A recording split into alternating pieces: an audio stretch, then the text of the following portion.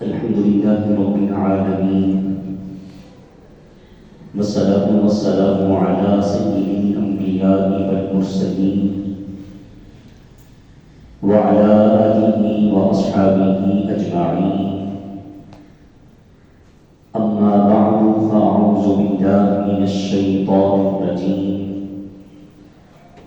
بسم الله الرحمن الرحيم.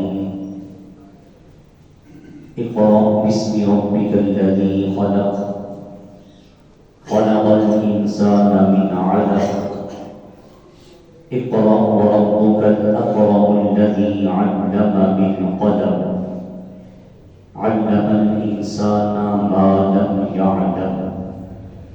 آمنت بالله صدق الله مولانا العظيم.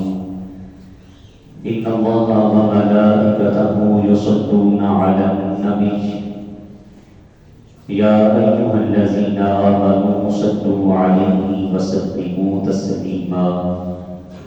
محبت و عقیدت سے پڑھیے الصلاۃ والسلام علیک یا سیدی یا رسول اللہ وعلی آلک واصحابک یا سیدی یا حبیب اللہ. الصلاۃ والسلام علیک یا سیدی یا رحمۃ للعالمین وعلى آلك وأصحابك يا سيدي يا شفيع المسلمين. اے محفل پاک رسول دیے، اے محفل پاک رسول دیے، اتھا بہلی عقیدت نالے، اتھا ایک عمدانی خیال نکر، میرا سائیں بڑا لجپانے جڑا ٹر آوے قدماں وچ، جڑا ٹر آوے قدماں وچ، اونوں کر دیندا مالا مالے. اے گداگر نوں اکھ دے دے، اے گداگر نوں اکھ دے دے، ایدا رابطہ رب دے نال ہے. توحید تے نوری پیکر دی تصویر امام حسین نے، قرآن محمد عربی ہے تفسیر امام حسین میں. عزت و بقا کی مسند پہ براجمان خوش نصیب خوش بخت پیارے نبی کے پیارے امتی لوگ. سلسلہ گفتگو سیرت النبی صلی اللہ علیہ وسلم کے ٹائٹل سے چلتا ہوا آ رہا ہے. ہماری گفتگو نبی کریم علیہ السلام کی 40 سالہ زندگی تک پہنچا تھا. بیچ میں ایک جمعہ کسی وجہ سے کسی اور عنوان سے آپ لوگوں نے سماعت کیا. وہ سلسلہ گفتگو جو کسی وجہ سے ٹوٹا، آج وہیں سے اپنے گفتگو کا آغاز آج سے نو کرنے کی سعادت حاصل کر رہے ہیں. اللہ رب العالمین حقائق جاننے کے بعد، سننے کے بعد، بیان کرنے کے بعد ہمیں عمل پیرا ہونے کی توفیق اور رحمت فرمائے.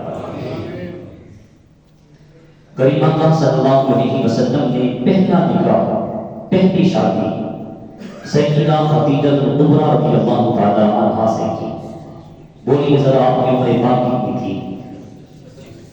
حضور علیہ السلام کی 25 سال اور آپ کی زوجہ محترمہ کی 40 سال.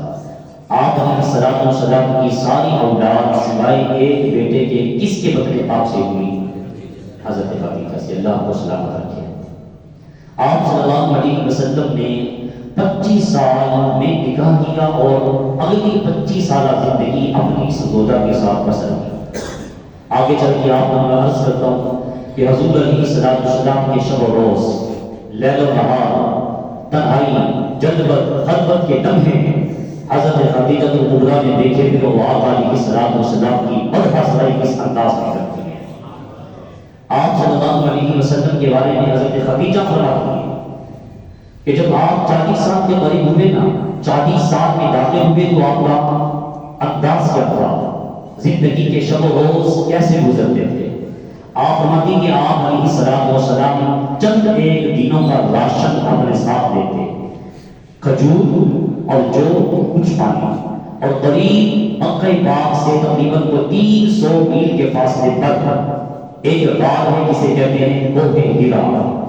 اس کی کھو غار کے اندر آپ علیہ السلام تشریف لے جاتے اور کئی کئی دن وہاں بیٹھ کے اللہ سے راز و نیاز کی باتیں کرتے تھے. اللہ مصطفیٰ سے بات کرتا, مصطفیٰ اپنے خدا سے بات کرتا. اس انداز سے بات ہوتی تھی, خدا جانے خدا کا مصطفیٰ جانے. کئی دن وہاں بیٹھ کے آپ اللہ سے باتیں کرتے اور اللہ کو عرض کرتے, باری تعالیٰ تو اللہ اکبر ہے. ہم بھی کہتے ہیں نعرہ تکبیر, سب بولیے نعرہ تکبیر. اور ہماری مفرد کا نعرہ پلیز بھی تب ہوتا ہے جب ہم کہتے ہیں نعرہ رسالت. اور اس پہ سونے پہ سہاگا تب ہوتا ہے جب ہم کہتے ہیں تاجدار ختم نبوت کریم آقا علیہ الصلوۃ والسلام. رب کی پاکی, رب کی تعریف, رب کی ہم اس انداز میں کرتے, اے رب ذوالجلال سبحان ذی الملک والملکوت, تو پاک بھی ہے, تمام ملکوں کا بادشاہ بھی تو ہے, مالک بھی تو ہے, ملک بھی تیرے ہاتھ میں ہے. ایاک نعبد و ایاک نستعین, اے کائنات کے مالک ہم صرف اور صرف عبادت بھی تیری کرتے ہیں, مدد بھی تجھ سے ہی مانگتے ہیں. اور امام علیہ السلام کئی دن کس رات میں رہتے رہے ہرا, اس میں آپ اللہ رب العالمین کی تعریف کرتے. حضرت خدیجہ رضی اللہ تعالی عنہا کریم آقا علیہ السلام کی سیرت پاک بیان کرتی ہے. فرماتی کہ ایک دن ایسا ہوا, آپ صلی اللہ علیہ وسلم غار حرا میں اللہ کی حمد و ثنا میں مشغول تھے, تعریف میں رب اللسان تھے. آپ کی زبان اللہ کی حمد سے گزر کر رہی تھی. اسی دوران آپ نے دیکھا کہ ایک فرشتہ غار حرا میں حاضر ہوا اور اس نے آ کے مصطفیٰ کو سلام کیا. اور وہاں اے محبوب علیہ السلام یا محمد اقرأ بسم ربک الذی خلق, پڑھیے اپنے رب کے نام سے, پڑھیے کس کے نام سے, اپنے رب کے نام سے. آگے مصطفیٰ کریم علیہ السلام نے ارشاد فرمایا, جبرائیل میں پڑھنے والا نہیں ہوں, میں پڑھنے والا حبیب آقا علیہ السلام کے عظیم غلاموں, آپ علیہ السلام کے بے شمار رقابات ہیں, ہاشمی, قریشی, مصطفیٰ, مجتبیٰ, کریم, رحیم, یہ سارے ہمارے نبی کے القاب ہیں. ان القابات میں سے ایک لقب امی بھی ہے. وہ یہ کیا ہے؟ امی. اس کا معنی ہے پڑھا لکھا, امی.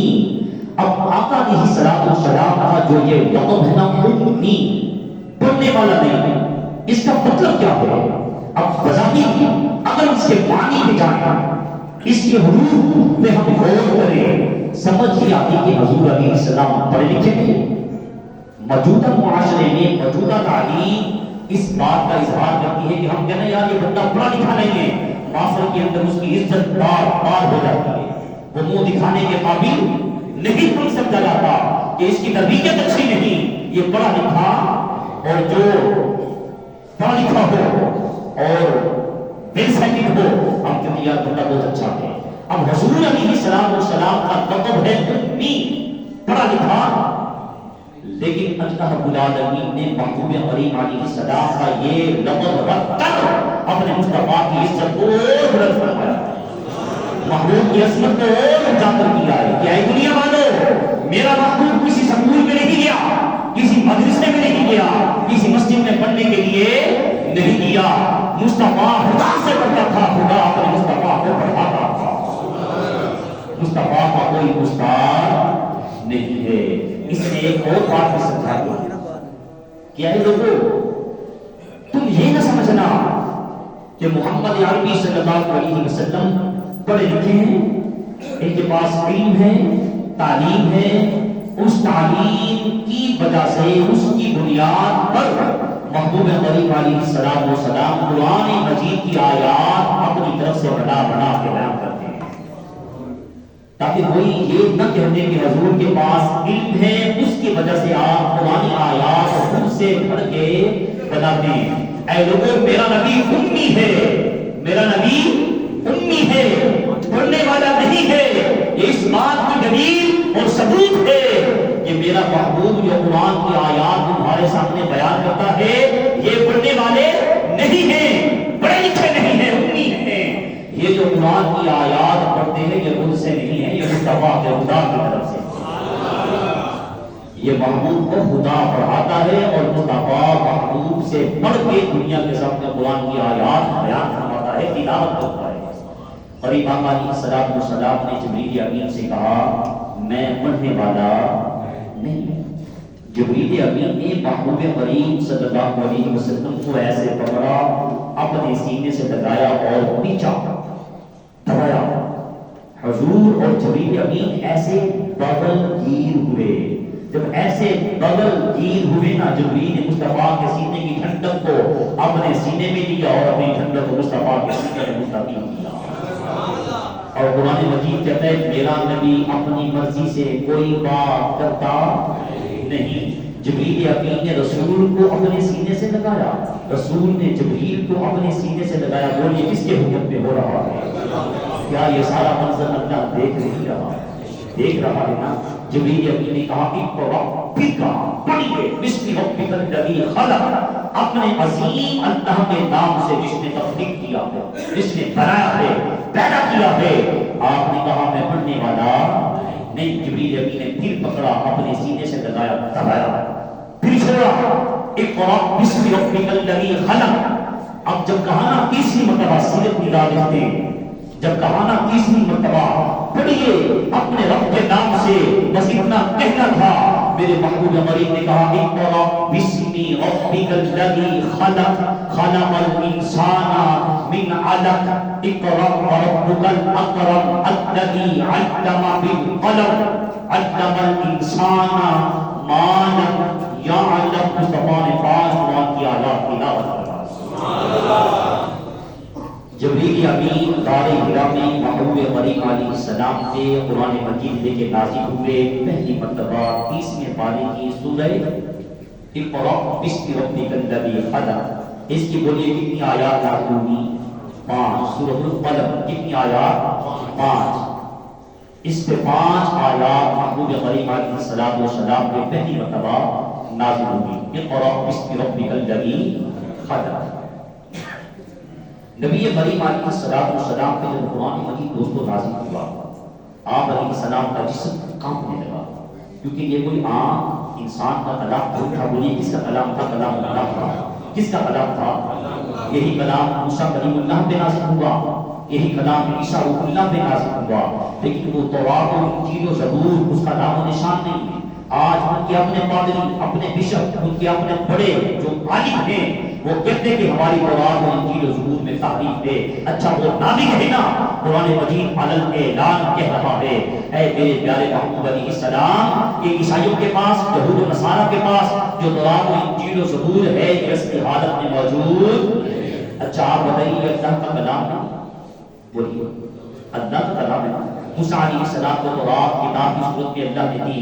موسیٰ علیہ السلام اس پہاڑ پہ تشریف لے گئے تھے کوہ طور پہ، اور کتابی صورت میں اللہ تعالیٰ نے پہلے کہا 40 دن یہاں پہ چیلا کاٹو، میری تعریف کرو، باقی بولو۔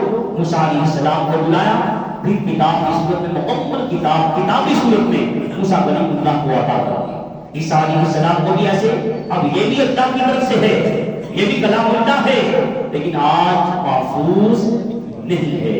لیکن قرآن مجید اللہ تعالیٰ کہتا ہے اِنَّا نَحْنُ نَزَّلْنَا الذِّكْرَ وَإِنَّا لَهُ لَحَافِظُونَ۔ اس کو نازل بھی ہم نے کیا ہے، اس کے محافظ بھی ہم ہیں۔ اس کو نازل بھی ہم نے کیا، اس کے محافظ بھی، اس کی حفاظت کرنے والے بھی ہم ہیں۔ کیا قرآن و انجیل و زبور اللہ کا کلام نہیں؟ یہ اللہ کے نبیوں پہ نازل نہیں کیا؟ کسی کلام کے بارے میں رب نے نہیں کہا کہ میں اس کا محافظ ہوں، لیکن قرآن مجید کے بارے میں کہا ہے کہ میں اس کا محافظ ہوں۔ پتہ کیوں؟ وجہ یہ علماء بیان کرتے ہیں، قرآن کی نسبت محمد مصطفیٰ کے ساتھ ہے، قرآن کی نسبت مصطفیٰ کے ساتھ ہے۔ مصطفیٰ نے تب تک رہنا ہے جب تک خدا کی خدائی ہے، جہاں جہاں تک خدا کی خدائی ہے وہاں وہاں تک ہمارے مصطفیٰ کی مصطفیٰ ہے۔ جب تک خدا رہے گا تب تک مصطفیٰ پہ نازل ہونے والا قرآن بھی باقی قرآن مجید میں اللہ تعالیٰ جس کتاب کی تلاوت کروائے گا نا وہ سارے انبیاء پڑھیں گے. پھر داؤد علیہ السلام کو بلایا جائے گا. لہن داؤدی بے مثال ہے. کہا جائے گا جنتیوں کو تلاوت سناؤ. بعض سورۃ الرحمن کی تلاوت ہوگی, بعض سورۃ یاسین کی تلاوت ہوگی. موضوع نہیں ہے, بات آگے عرض کر رہا ہوں. تو کہا اس کی تلاوت ہوگی. پھر جنتی داؤد علیہ السلام کی آواز میں مصطفیٰ کریم علیہ السلام کے قلب اطہر پر نازل ہونے والے کلام کو سنیں گے نا, وہ عش عش کر اٹھیں گے. ان پہ لطف و کرم کا اتنا مہربانی ہوگی کہ وہ اس میں مگن ہو جائیں گے, مستی میں جھومنے لگیں گے. پھر جب ہوش آئے گا اللہ فرمائے گا اے جنتیوں میں تم سے اس سے بھی اعلیٰ آواز میں کلام نہ سناؤں. آپ کی سبحان اللہ مجھے اس بات سے آگاہ کر رہی ہے. آپ سمجھ گئے آپ کس عظیم ہستی کو بلایا جائے. اللہ فرمائے گا میرے محبوب کو بلایا جائے. قریب آقا صلی اللہ علیہ وسلم تشریف لائے ہوئے. یارو رب کا کلام ہو, محمد کی زبان ہو. جس طرح آپ بلا رہے ہیں جنتی بے ساختہ کہیں گے واہ واہ سبحان اللہ. اللہ رب العالمین مصطفیٰ کریم علیہ السلام کی آواز میں جنتیوں کو قرآن مجید کی تلاوت سنائے گا. سنے گا وہی جو دنیا میں قرآن سے پیار کرے گا نا انشاءاللہ. جو میرے ساتھی گھٹنوں پہ اپنے ہاتھ رکھ کے بیٹھے نظر ہاتھ کو چھوڑے, یہ آداب کے خلاف ہے. تو قریب آقا صلی اللہ علیہ وسلم قرآن سنائیں گے, جنتی سنیں گے, آشکش کر اٹھیں گے, پھر ہوش میں آئیں گے. اب رب کیا فرمائے گا؟ اللہ فرمائے گا جنتیوں تمہیں اس سے بھی اعلیٰ آواز میں کلام سنایا جائے. جنتی کہیں گے سنایا جائے. اب رب اپنی آواز جنتیوں کو سنائے گا. رب کی آواز کی کیا بات ہے یار. جس نے داؤد علیہ السلام کو لاہور داؤد دیا ہے, جس نے محبوب کریم علیہ السلام کو خوبصورت آواز دی ہے. تاریخ میں آتا ہے, حدیث میں آتا ہے, سیرت نگار لکھتے عتبہ فصیح و بلیغ زبان کا ماسٹر تھا اور وہ شاعر تھا. مکہ پاک کے اندر 7 شعراء تھے, لبیب, عتبہ, بلیغ. ان کے نام آج بھی پڑھائے جاتے ہیں. ان کی شاعری عربی زبان میں تھی اور عرب کے لوگ انہیں چوٹی کے علماء سمجھتے تھے شعراء کی لسٹ میں کہ یہ فصیح و بلیغ عربی کے ماسٹر بھی جانتے ہیں. اور ان کے اشعار کتبے کی صورت میں بیت اللہ کی دیوار پہ چسپاں تھے اور نیچے لکھا ہوا تھا کوئی مائی کا لال ہے یہ چیلنج ہے, کسی مائی کے لال میں دم ہے اس چیلنج کو توڑ کے دکھائے. جس طرح یہ ردیف قافیہ یہ لکھا ہوا ہے, اس کی مثال کوئی لائے, یہ چیلنج ہے. جب میرے آقا علیہ السلام پہ قرآن نازل ہوا, کریم آقا نے عظیم غلاموں میں سے پیر علی کا انتخاب کیا. حیدر کرار مولا علی شیر خدا کو بلایا, انا اعطیناک الکوثر. قرآن مجید کی صورتیں کتنی ہیں؟ 114. اور ان تمام صورتوں میں حروف کے اعتبار سے, آیت کے اعتبار سے چھوٹی صورت کا نام کیا ہے؟ سورۃ الکوثر. اس صورت کو میرے محبوب نے تحریر فرمایا, علی شیر خدا سے فرمایا. وہ 7 لوگوں کے جو کتبے وہاں لکھے ہیں نا چیلنج, اس کے ساتھ اللہ کے کلام کو لگا دیا. علی شیر خدا کلام لگا کے واپس پلٹے. شعراء کو خبر ہوئی کہ تمہیں کسی نے تمہارے چیلنج کو توڑا ہے. کوئی شاعر عظیم کلام لکھ کے گیا ہے, وہ تو وہ کہتے تھے نا. رب نے قرآن مجید نے کہا محمد علیہ السلام کی زبان سے نکلنے والی آیات یہ کوئی شاعری, یہ کلام اللہ ہے. وہ یہ کیا ہے؟ کلام اللہ ہے. علی شیر خدا خود کہتے ہیں جب میرا دل چاہتا ہے میں اللہ سے کلام کروں, نماز پڑھتا ہوں, اور جب میرا دل چاہتا ہے میرا اللہ مجھ سے کلام کرے میں محمد کا قرآن پڑھتا ہوں. انہوں نے آ کے دیکھا, پھر انہوں نے اپنے استاد کو بلایا. یہ سیرت نگاروں نے لکھا نہیں, میں تو کسی اور انداز سے لکھا, میں خدا سے یاد کر رہا ہوں بات سمجھانے کے لیے. اس کو بلایا اور بلا کر کہا کہ یار یہ چیلنج ہے, ہماری عزت تار ہوتی ہے, اس کا جواب دیا جائے.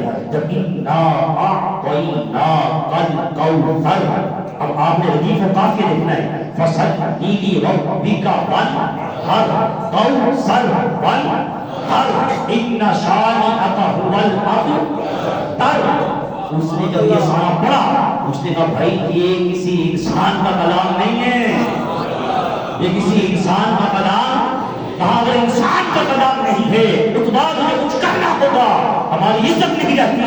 اس نے کہا اس کام کے لیے، اس چیلنج کو توڑنے کے لیے مجھے 1 مہینہ چاہیے۔ اللہ رب العالمین نے پتہ قرآن مجید میں جواب کیا دیا ہے؟ اللہ نے کہا کہ تم اپنے جھوٹے خداؤں کو لے آؤ۔ 1 مہینے کی بات کرتے ہو؟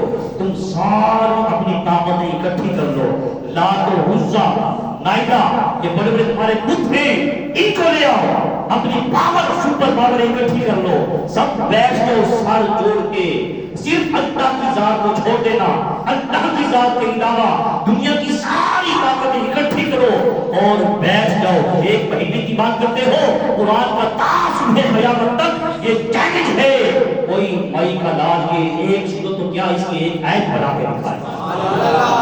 نعرہ تکبیر، نعرہ رسالت، نعرہ حیدری، تاجدار ختم نبوت، زندہ باد، زندہ باد۔ محمود کریم علیہ السلام کو بلایا، پھر وہ 1 مہینہ انہوں نے دکھایا، اس کے گھر کا راشن، اس کے بچوں کا خرچ، ان کی ذمہ داری تھی اس تنظیم کی جنہوں نے اس کا انتخاب کیا تھا، یہ ان کا لیڈر استاد تھا، اور اس نے بھی پورا زور لگایا۔ الم تری کیف فعل ربک باصحاب الفیل، اس صورت کے مقابلے میں اس نے بھی چند ایک اپنی طرف سے شاعری کی صورت میں حروف بناتا، پھر اس کے مقابلے میں لاتا، پھر اس کو بتاتا، پھر بناتا، پھر بتاتا، پھر بناتا، بے بس ہو کے وقت کے بعد میں آگے اس نے اعلان کیا کہ اے لوگوں، یہ کلام کسی انسان کا کلام نہیں ہے، یہ کلام اللہ ہے، یہ اللہ کا کلام ہے، ہم اس کا مقابلہ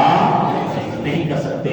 محمد کریم علیہ السلام نے یہ سورت کی پہلی 5 آیات غار حرا میں 40 سال کی عمر پاک میں نازل ہوئی۔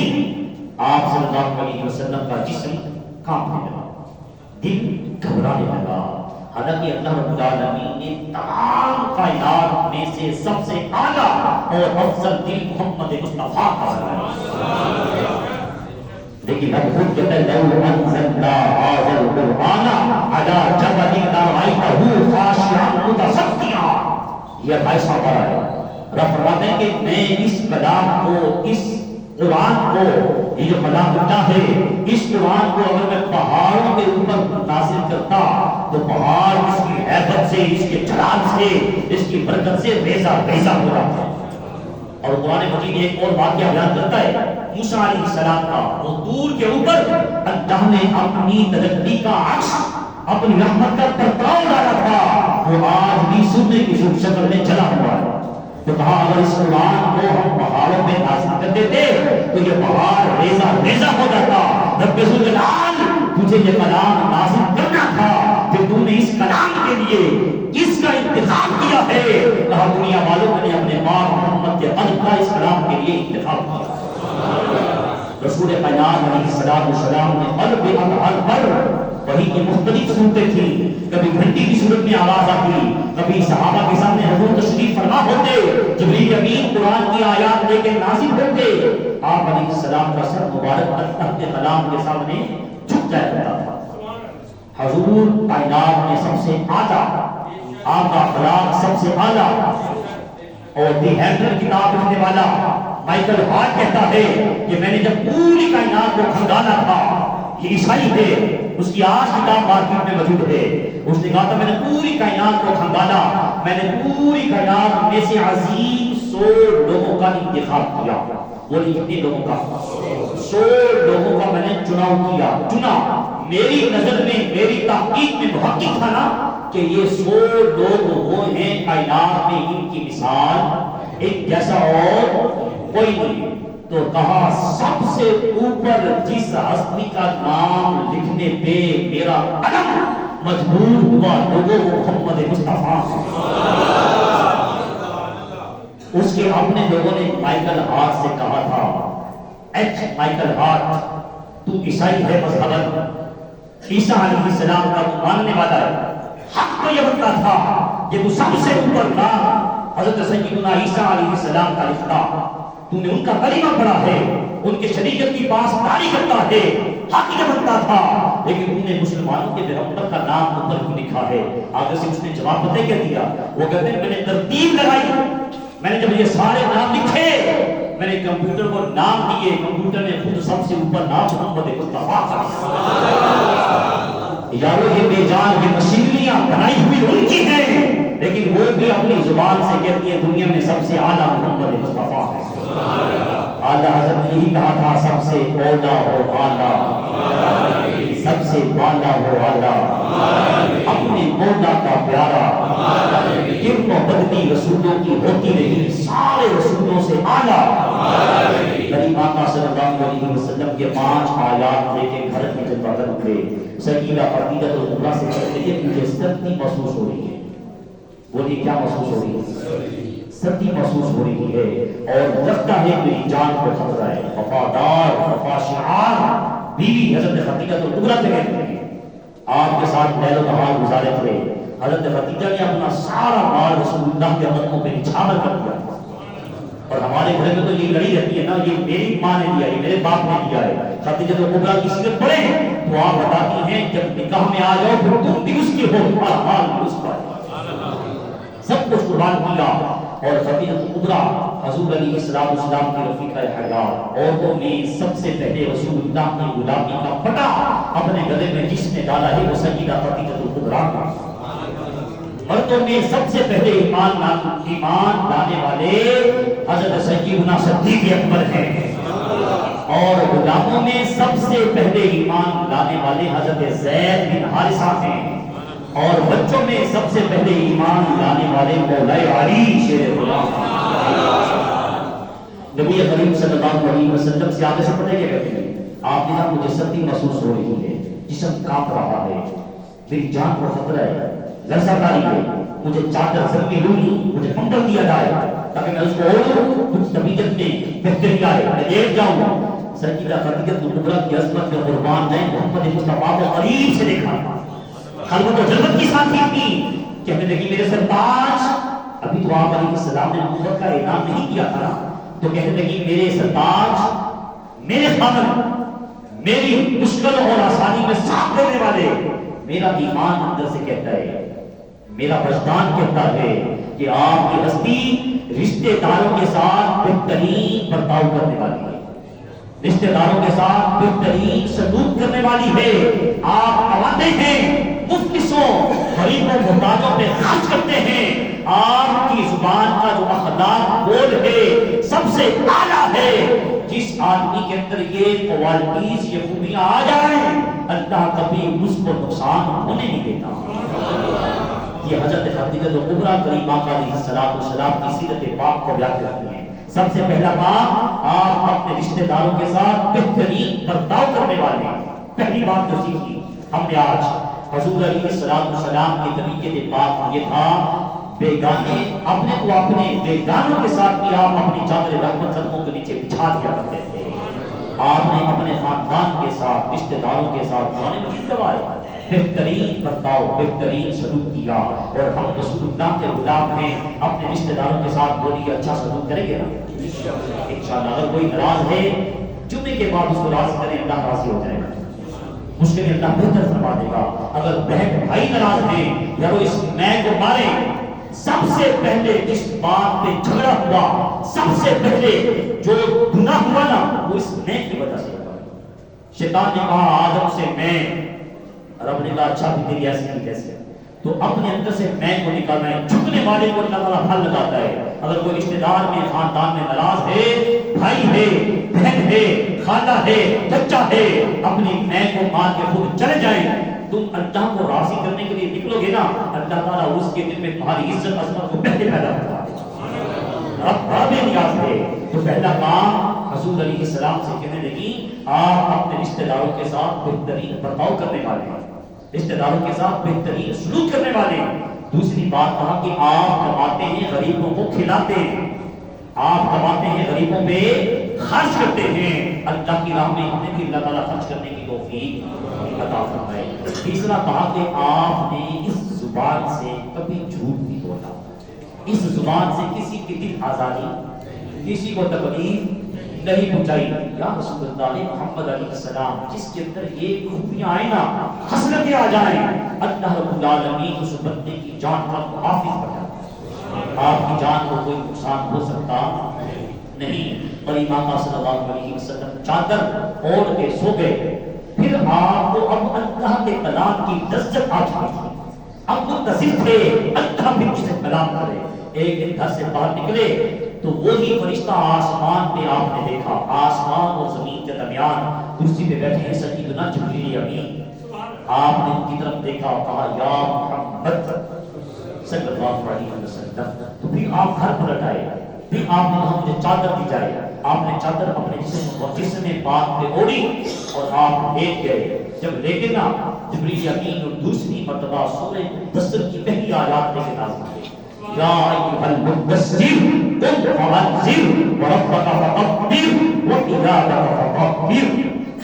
اٹھیے، اپنے خاندان والوں کو ڈرائیے، کس سے؟ اللہ کی ذات سے، اپنے رب کی پاکی بولیے.